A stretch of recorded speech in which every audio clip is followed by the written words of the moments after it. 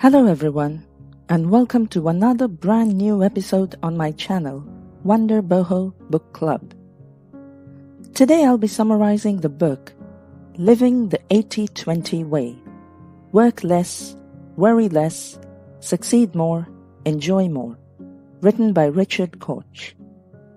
Richard Koch is a British management consultant, venture capital investor, and author of several books on the 80-20 principle.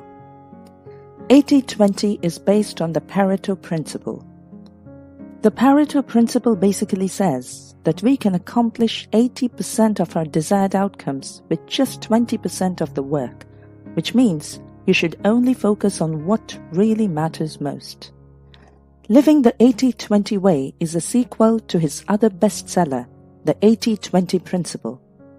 While the previous publication helped businesses and professionals optimize their output, Living the 80-20 Way is full of methods to apply the 80-20 principle to our lives and help us understand what is most important for us.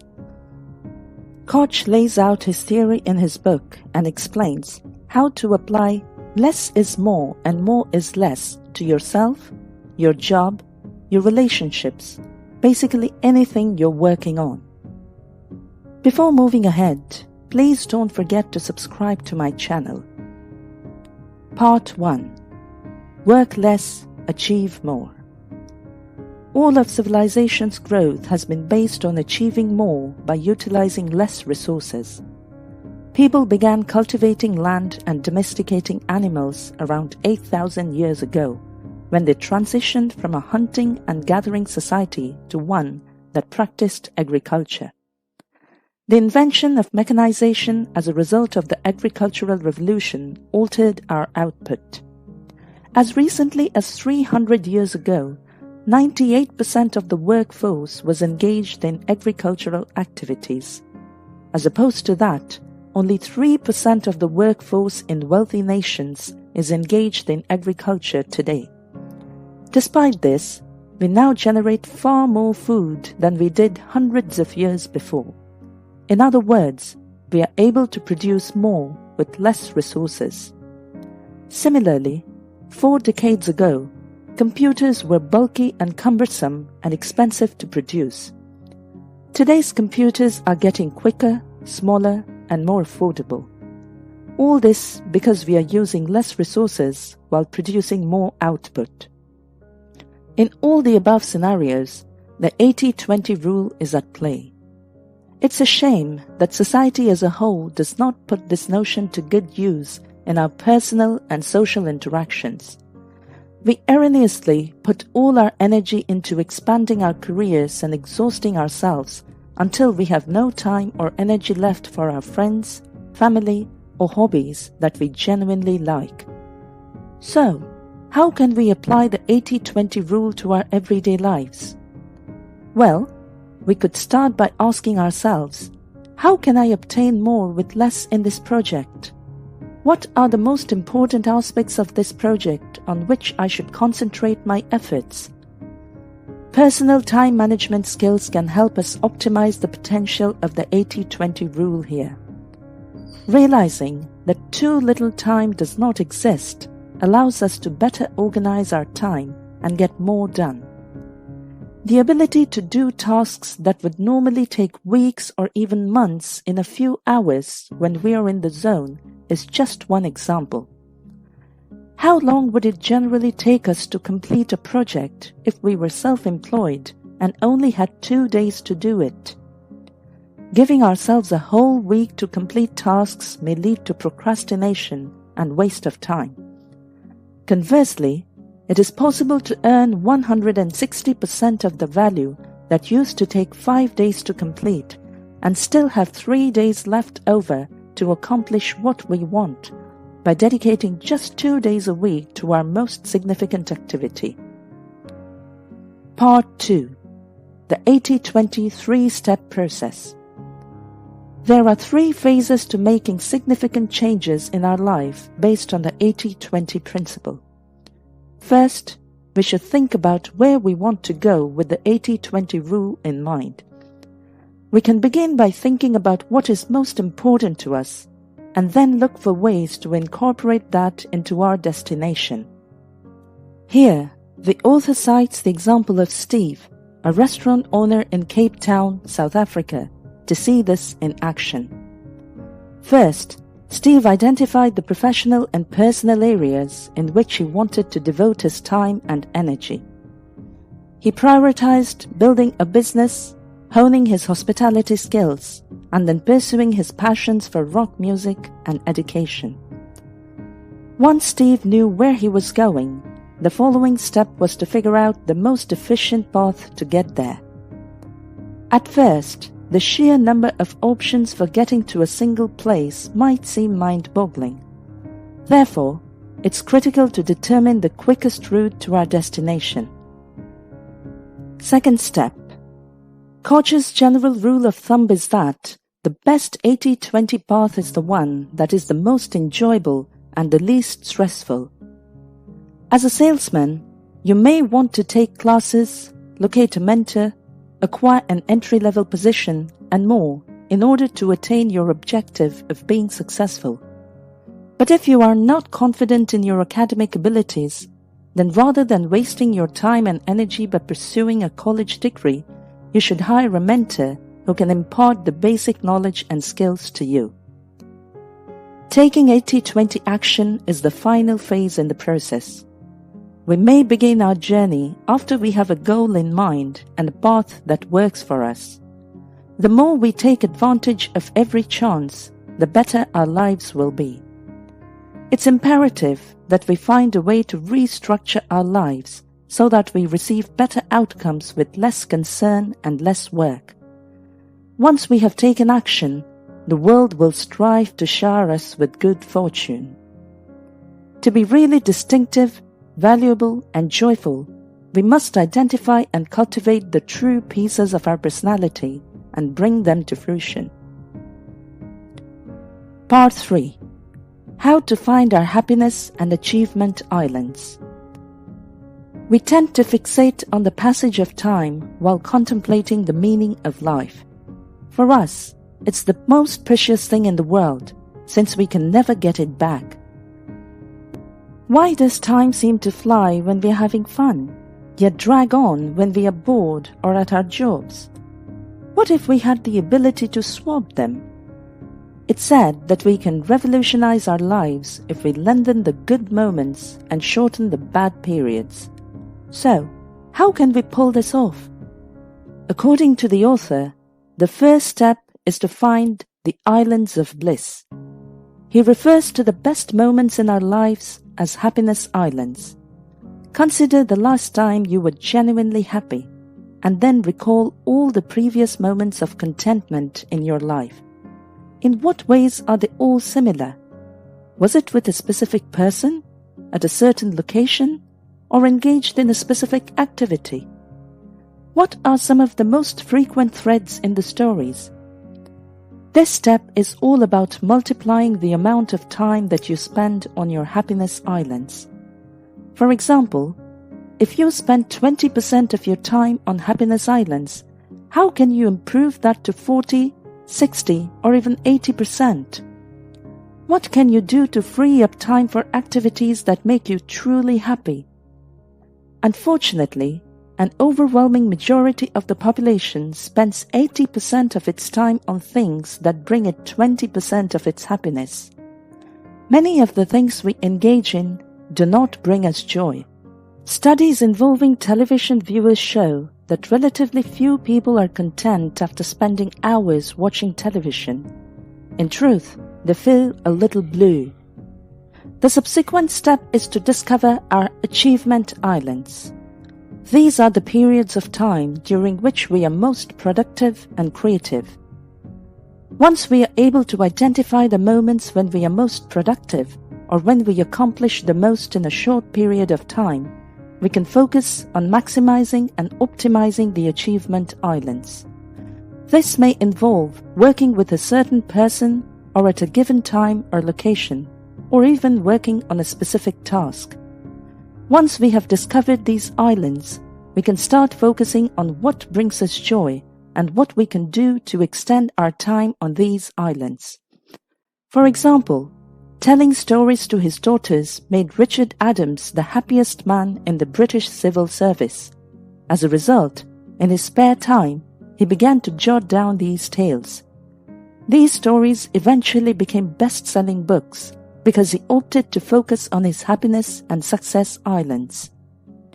We need to realize that we have a limited number of hours per day.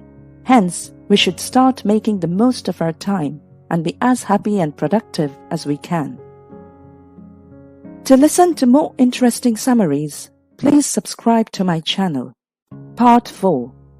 How to apply the 80-20 principle to money. 20% of the world's population owns the majority of the world's money. What's the reason behind this? The secret lies in the power of compound interest.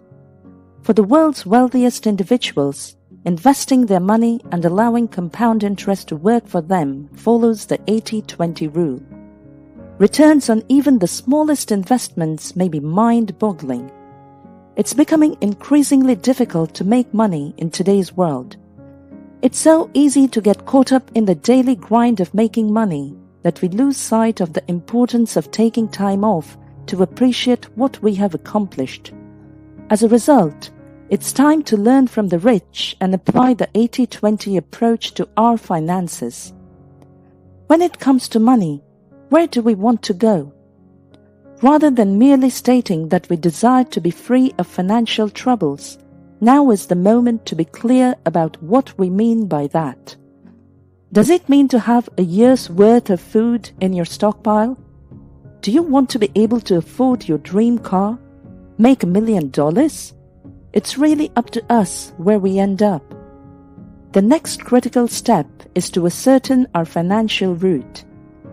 Most certainly, your path will require some form of financial planning, such as setting aside money to invest. Savings may seem unachievable to some, but it's not. Instead of spending your money on frivolous things, consider setting up an automated savings plan that puts 10% of your money aside each pay week. To maximize your compound interest, start as early as possible in your savings plan. Here, the author cites the example of Steve and Helen, who bought a $60,000 condo using the 80-20 rule. They made $78,000 a year as a couple, but because they were living paycheck to paycheck, saving money seemed out of the question. Instead, they set up a savings account that automatically accumulated 10% of their earnings. It was a matter of setting a goal, finding a path, and taking action. After 6 years of hard work, the couple had saved $66,000. As a result, they were able to buy the flat and do some renovations as well. Part 5. Applying the 80-20 principle to relationships. Consider your important relationships. What are their strengths? What are the areas for improvement? We are finding it increasingly challenging to create meaningful relationships in today's contemporary environment. As a result of our hectic lifestyles, families are increasingly delegating tasks that used to be central to the fabric of family life. Babysitters and take-out restaurants are becoming more commonplace, and we are placing our elderly parents in care facilities. Thankfully, when it comes to our relationships, we can use the 80-20 rule to our benefit. It's interesting to note that only 20% of the connections in our lives account for 80% of our overall happiness. We gain 80% of the meaning and value from our friendships from less than a quarter of our acquaintances. Consequently, we must focus on the few connections that are most important to us, especially those with our romantic partners.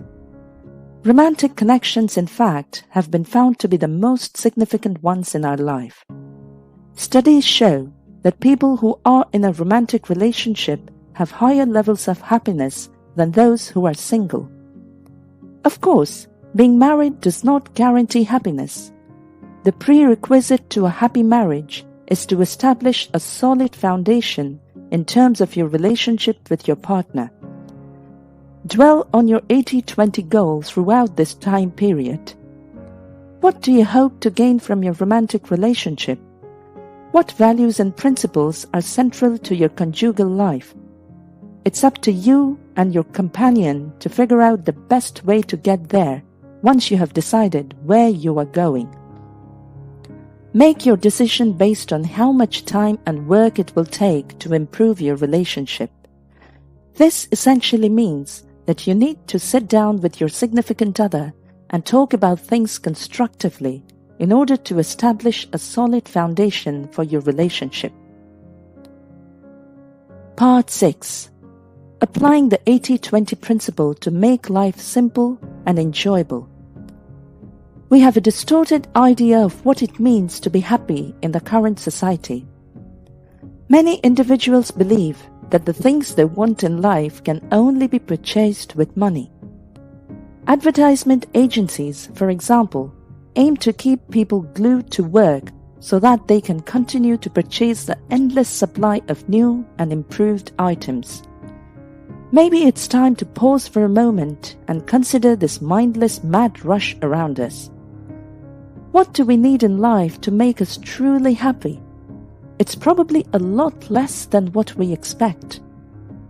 According to Epicurus, the Greek philosopher, the most important things in life are food, housing, clothing, companionship, and freedom of thinking. That's all there is to it. In other words, like with the 80-20 rule, less is more. Epicurus was a follower of this philosophy and lived in a commune with 7 of his closest companions. To survive, people relied solely on the land for their sustenance, avoiding the accumulation of money for the sake of purchasing material goods. Instead, they devoted their time to creating and exchanging ideas through the medium of books. Epicurean philosophy could be a good fit for our personal life as well. Take a moment and think about what it means to you to live a simple yet fulfilling life once more, and then return to your 80-20 goal. You might begin by creating a picture of your perfect life. Take a moment to reflect on the things in your life that bring you joy. What is it that you actually require? How frequently do you utilize the things you presently own? What's the point of working so hard if you're only going to acquire items you will never use? Next, you will need to plan your path. It's important to look for ways to make things both easier and more effective. Eliminate the items in your life that bring you stress and are of no benefit to you. Think of ways to simplify your life or ways to find joy in the simplest of things. Finally, it's time to get things moving. To get closer to your ideal life, identify 3 urgent measures you can take. Let's take the example of Anne, an advertising account executive. Despite being well paid, she was always fatigued and stressed out by her job. Eventually, Anne resigned from her job and downsized to a studio apartment because she was sick of being miserable. Anne defied her parents' disapproval of her choice to leave her high-paying, stable profession and pursue a life of painting. She was eventually able to make a nice living painting and selling her work. What changed Anne's life was a clear vision of where she wanted to go and having the courage and determination to take the appropriate actions to get there. When she decided to live a simpler life, she found happiness and success as a result. Conclusion. Although we tend to believe that happiness is tied to our financial situation or the things we own, true bliss comes from dedicating ourselves to activities that bring us joy. We can apply the 3 steps of the 80-20 principle discussed in this book, that is, determining a destination, determining the optimal paths, and taking action in all areas of our lives, including our economics and relationships, in order to live a happier, more fulfilled life. It can help us discover success and pleasure by allowing us to focus on the things that really matter, thereby achieving more with less. Thank you for watching this video. Please don't forget to subscribe. Your likes, comments, and shares are highly appreciated. See you soon in our next video.